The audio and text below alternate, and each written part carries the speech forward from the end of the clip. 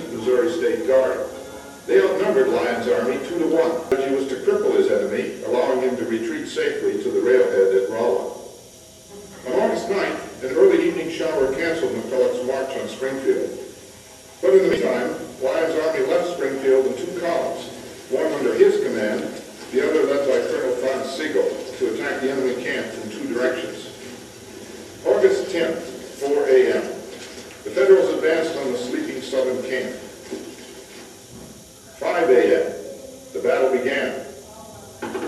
Lyon's troops encountered a small force of Missouri State Guard cavalrymen and forced them to retreat.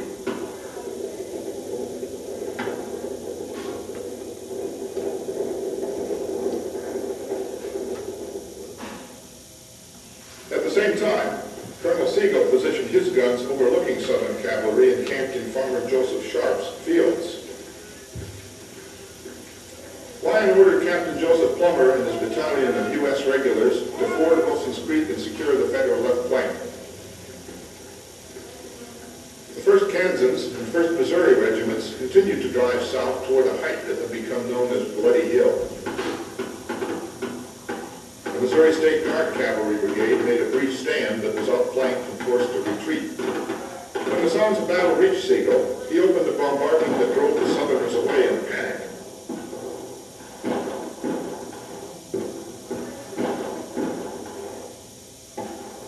Sigel began a triumphant advance. 6 a.m. As Lyon's 1st Kansas and 1st Missouri crested Bloody Hill, they were slowed by a fire from the Pulaski, Arkansas battery. Captain James Taughton's Union battery opened fire in return. Alerted to the danger, McCulloch ordered Price's State Guard to meet Lyon's onslaught. The Missourians began moving from their camps into line of battle, and their first units pressed cautiously forward up Bloody Hill. After a brief encounter, they retreated, yet they had seized the initiative from Lyon, who went on the defensive thereafter. 7 a.m. While moving through Farmer John Ray's cornfield, Captain Plummer saw that the fire from the Pulaski battery was slowing the Union advance on Bloody Hill. He advanced toward the battery. At the same time, McCulloch ordered Colonel James McIntosh to lead the 3rd Louisiana and the 2nd Arkansas Mounted Rifles against Plummer. They engaged each other at 7:30 amid the stalks of corn. After a brief but intense firefight, the Southerners charged. Plummer retreated, but Union artillery fire from Bloody Hill dispersed his pursuers. A portion of the 3rd Louisiana Regiment regrouped near the Ray House, then marched down the Wire Road. Meanwhile, Sigel's column crossed Terrell Creek. When Southern cavalrymen attempted to rally, Sigel deployed in Sharp's cornfield and opened fire. For a second time, his bombardment drove his foes away. Sigel then continued his advance. 7:30 a.m. General James McBride's Missouri State Guard Division launched an attack on Lyon's right flank without success, only adding to the blood already spilled on Bloody Hill. At the Sharp farm, Sigel's men moved into position blocking the Wire Road, but his troops were poorly deployed.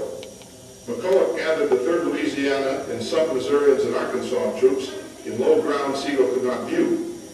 Supported by 2 artillery batteries, he launched a surprise attack that overwhelmed Sigel and set the Union Brigade to flight.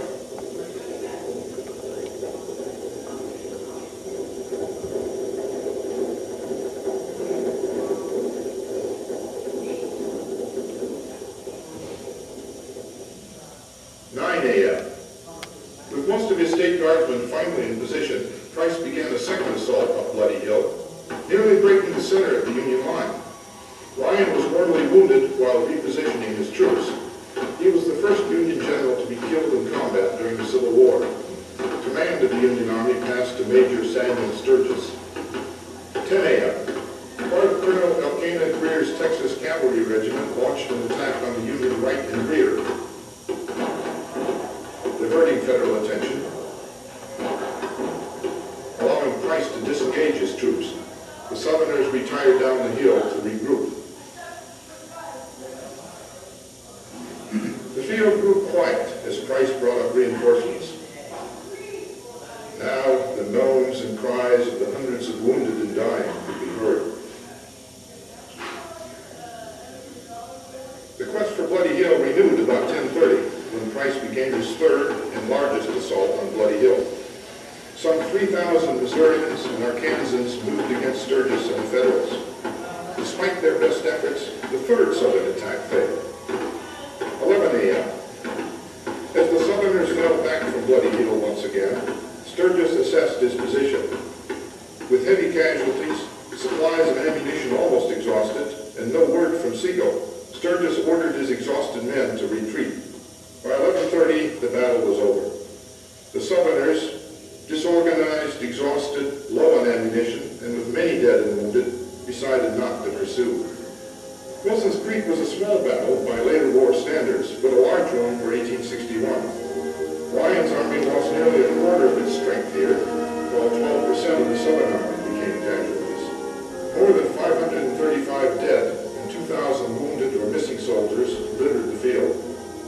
Many civilians in the area had their houses turned into field hospitals and helped treat the wounded and bury the dead.